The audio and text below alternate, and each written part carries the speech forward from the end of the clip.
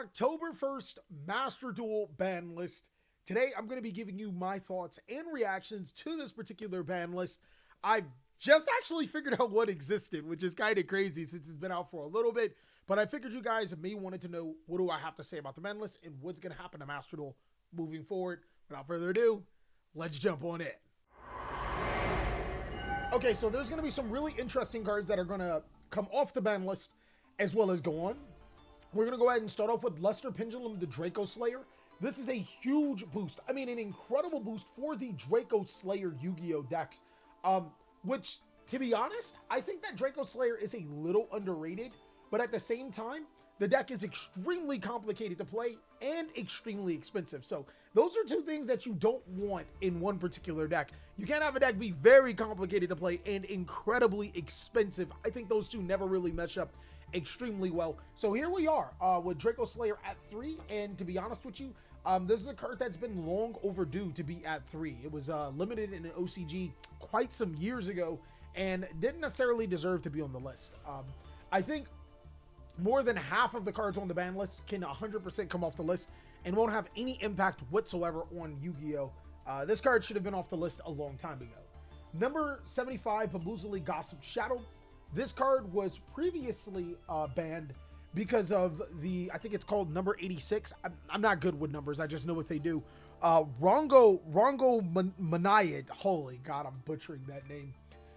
The combo with this is that you would summon this card and then attach it. Oh, well, you guys can't see it. My apologies. You would summon this card and then attach it to your Rongo, which would make it so your opponent couldn't summon monsters and use cards. But with Rongo being banned, this card is another card that, you know, it's inevitably a card that doesn't do anything for right now. So it's one of those cards that doesn't need to be on the ban list at any point in time, like a lot of cards.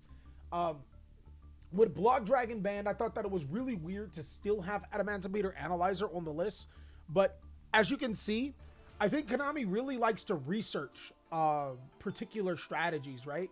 Like they'll let a card come off the list and then they'll wait to bring more cards off the list just to make sure it doesn't do anything, which is a lot different from the TCG or maybe even the OCG philosophy, where cards just come off the list because there's extensive testing to let Konami know that, you know, these strategies or these cards don't necessarily do anything.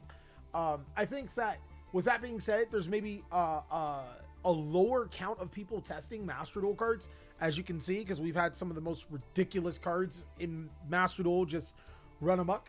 And hopefully we'll be able to talk about those a little bit later. But I don't think these 3 unlimits change pretty much anything for most Master Duel players. And pretty much just like quality of life updates.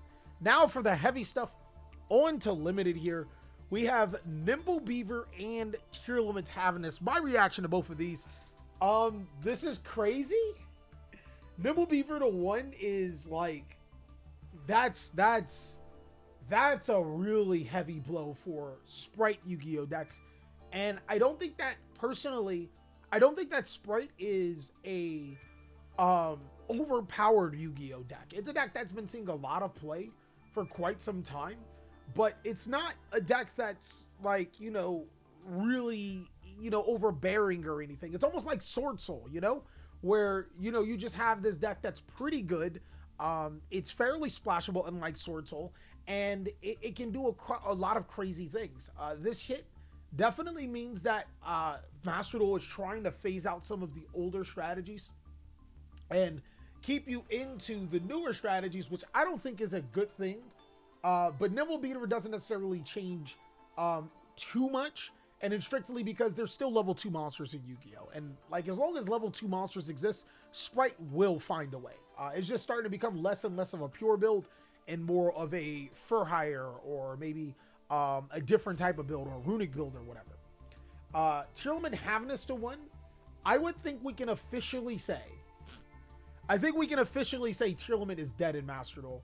With Havness to 1 and another kit that we're going to talk about in a second. Havness to 1, the Perlino to 1, Sulyik to 1. Like, it's just crazy how butchered this deck is. It's way worse in Master Duel than it is in the TCG, because in the TCG, it's actually about to be a really, really good deck. So, Havness to 1 alongside of Kelbeck Band is though, that'll do it for tier limits. So the good thing about tier limits, so the best thing about tier limits is Kelbeck and Agito. And we seen that Agito was banned in our last ban list. And now Kelbeck is going to be banned in this upcoming ban list. So this genuinely makes tier limit, because even in the TCG, we acknowledge that these are very powerful cards. This makes it almost unplayable because you can't get that consistent 5. I'm almost confident that we're getting tier limits Kashtira in the next upcoming set, but that doesn't change anything because all of the good cards, the cards that make tier limit really good, like Paralino was very, very important for tier limits because not only does it get you the tier limit card that you need to be able to start your combos, but it also can get you, a disruption. It allows you to destroy your opponent's cards. And with Kelbeck being hit, Agito being hit, and the Paralino being at 1, I think that the deck is pretty much 100% dead. Just play a new deck. Number 86, Diablosis,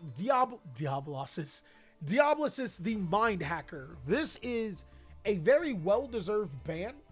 Ironically, it says it's at 3 in the OCG, but a little snippet that you guys may not know about is that when Kashtira arrived in the OCG, afterwards, it was hit so hard, it was no need to hit Diablosis. The deck was completely like, Fenrir's banned in the OCG, so not, it's like making this and doing the whole thing is crazy. The TCG's philosophy for the last few years seems to be keep as many decks or not necessarily destroy the concept of the Yu-Gi-Oh strategy. And banning this card doesn't necessarily hurt the strategy where it can't play. Now, Diablosis, I think everybody can agree, this is a card that never should have existed. It's a very poorly designed card.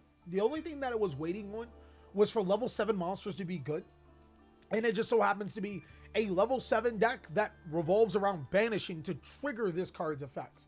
So, very poorly designed Yu-Gi-Oh card. But to be honest, Konami does a really good job at poorly designing Yu-Gi-Oh cards and then poorly designing follow-up Yu-Gi-Oh cards to make them ridiculous. And from my perspective, the 9-zone lock or the infinite lock, you guys won't have to experience the Arise Heart lock with Diablosis, and you won't have to experience any more locks like complete locks. That's pretty much dead for Kashtira now. But it almost confirms that Kashtira Arise Heart is also coming. Now, I do think we have some leaks and updates here. Maybe it's maybe it is. Yeah.